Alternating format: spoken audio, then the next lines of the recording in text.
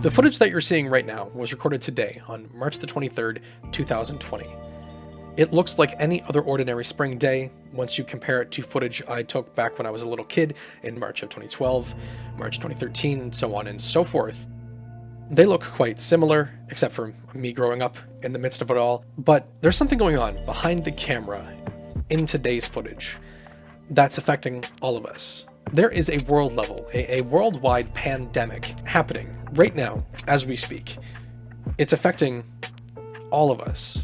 More than 300,000 cases of COVID-19 have now been reported to WHO from almost every country in the world. Billions of humans around the planet right now are out of a job, out of school, with nothing to do but try and isolate ourselves to slow the growth of COVID-19 that's already infected hundreds of thousands of people, killed over 15,000 people worldwide. It's currently making life a little difficult. I myself have lost my job.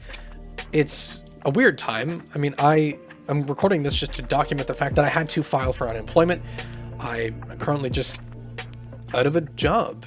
You know, one day I was given this mask. Last Tuesday I was given this mask and a piece of paper, a couple of pieces of paper that discussed new precautions I had to take at work. 2 days later, on this past Thursday, I was given a call that there would be a meeting about it. And that same day, my province, New Brunswick here in Canada, declared a state of emergency. The following day, which was just 3 days ago on Friday, I was given the information that the motel would not be open. I would not have a job for the time being, and that I'm obviously going to be employed again once this is over. But as of right now, I have no source of income until my EI kicks in, hopefully.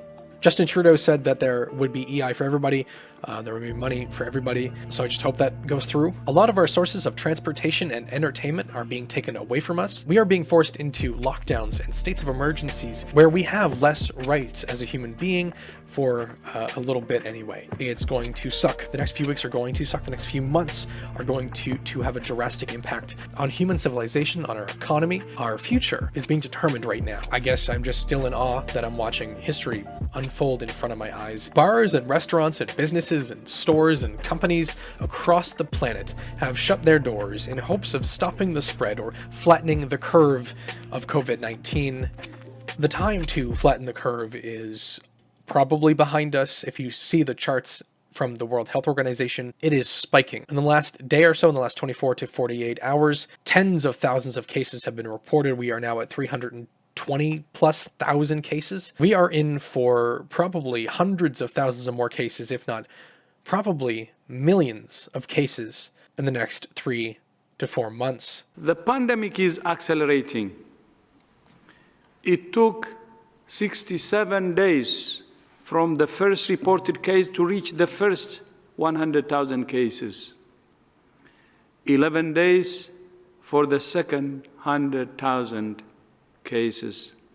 And just 4 days for the third 100,000 cases. This is a very difficult time for us, so I want to leave this video on a positive note. I'm just trying to spread a bit of love and optimism.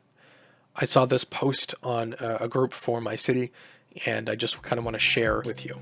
When you go out and see the empty streets, the empty playgrounds, the empty stadiums, and the empty train platforms, don't say to yourself, it looks like the end of the world. What you're seeing is love in action. What you're seeing in that negative space is how much we do care for each other, for our grandparents, for our immunocompromised brothers and sisters, for people that we will never meet. People will lose their jobs over this.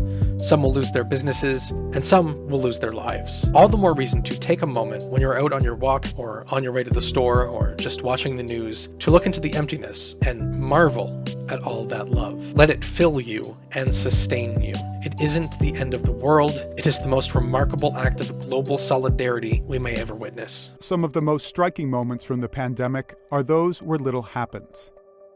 The empty streets. Unbelievable. No traffic. The quiet airports. The places of worship without worshipers. Stores without goods. This is how it is across the globe, as we prepare, grieve, and wait for the next chapter of the coronavirus.